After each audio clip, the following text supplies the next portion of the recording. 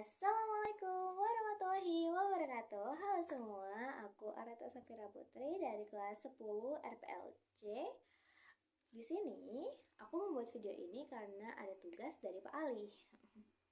Ya, Pak Ali sudah membuat saya ya. Terus ini saya mau membahas tentang sistem pengukuran dan kontrol.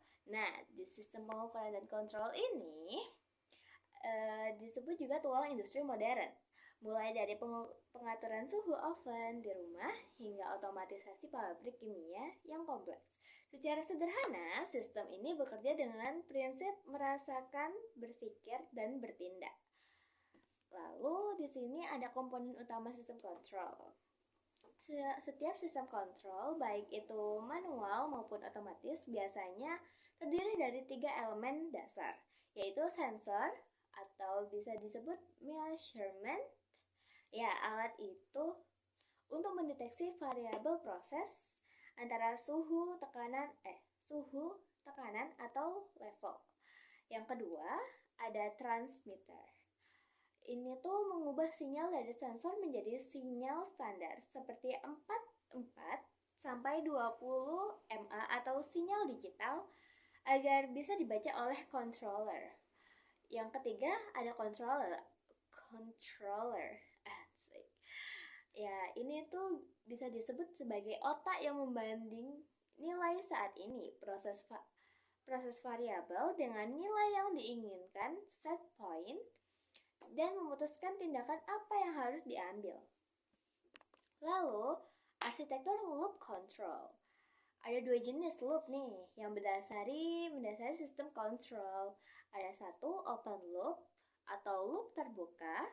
Sistem ini memberikan perintah tanpa mengecek hasilnya. Contohnya seperti pemanggang roti, bisa disebut toaster sih. Ada mengatur waktu. Tapi alat tidak tahu apakah rotinya sudah gosong atau belum. Nah, yang kedua ada closed loop atau loop tertutup.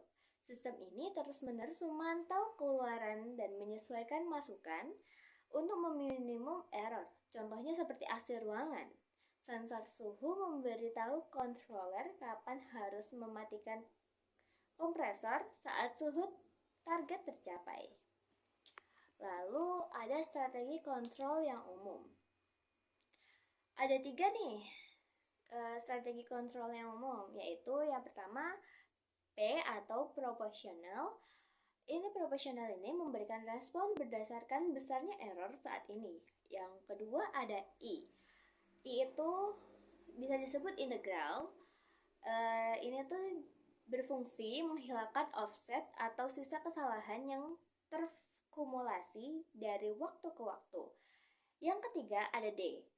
D itu namanya derivatif yang berfungsi memprediksi kesalahan di masa depan dengan melihat laju perubahan, mencegah overshoot.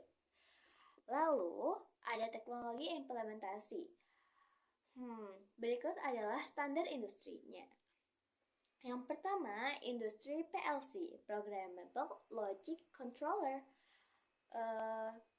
Industri ini komputer tangguh untuk kontrol logika sekuensial, banyak digunakan di manufaktur. Industri kedua adalah DCS, Distributed Control System, sistem kontrol terpusat untuk proses kontinu yang besar dan kritis seperti kilang minyak. Ya, yang ketiga ada SCADI, sistem yang digunakan untuk pengalusan dan pengumpulan data jarak jauh dalam skala geografis luas seperti jaringan listrik.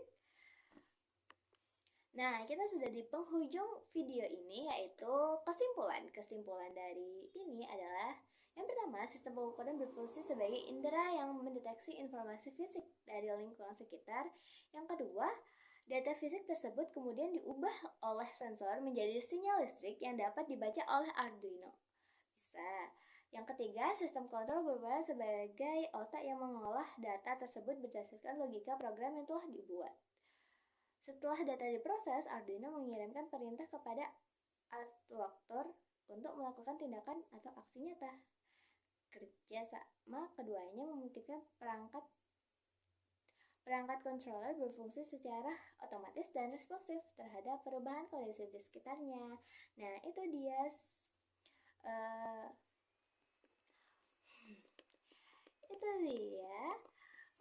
video sistem pengukuran dan kontrol dari saya.